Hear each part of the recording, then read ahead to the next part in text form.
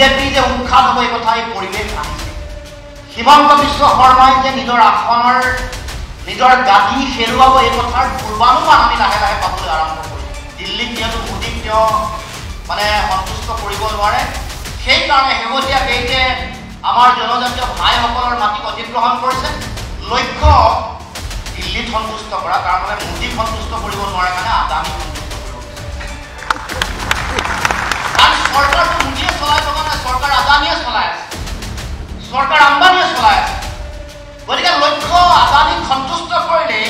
কাৰ্বি ভূমিত মাটি দিলেই আমাৰ ডিমা হাছাও কাৰ্বি আংলঙত মাটি দিলেই বা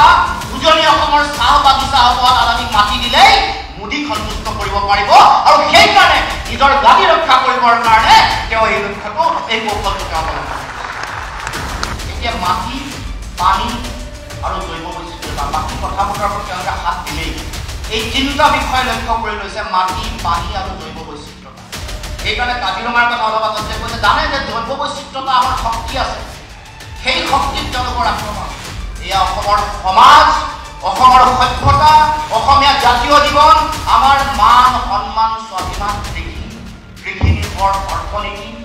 আৰু কৃষিক কেন্দ্ৰ কৰি গঢ় লৈ উঠা আমাৰ সংস্কৃতিৰ ওপৰত এয়া আক্ৰমণ এই কথা ৰাইজ প্ৰতিগৰাকী নাগৰিক প্ৰতিটো দল সংগঠন একলগ হৈ অসমৰ মাটিৰ পৰা বিজেপিক উলিয়াই পঠাই এইটো মই ভাবোঁ যে সময়ৰ আহ্বান অসমক সুৰক্ষিত কৰিবৰ কাৰণে অসমৰ সমাজ বচাবৰ কাৰণে যাতে সকলোৱে ঐক্যবদ্ধ হয় আৰু ঐক্যবদ্ধ হ'লেহে মই ভাবোঁ যে আমি ভাল ফলাফল পাম আৰু মইতো ভাবোঁ যে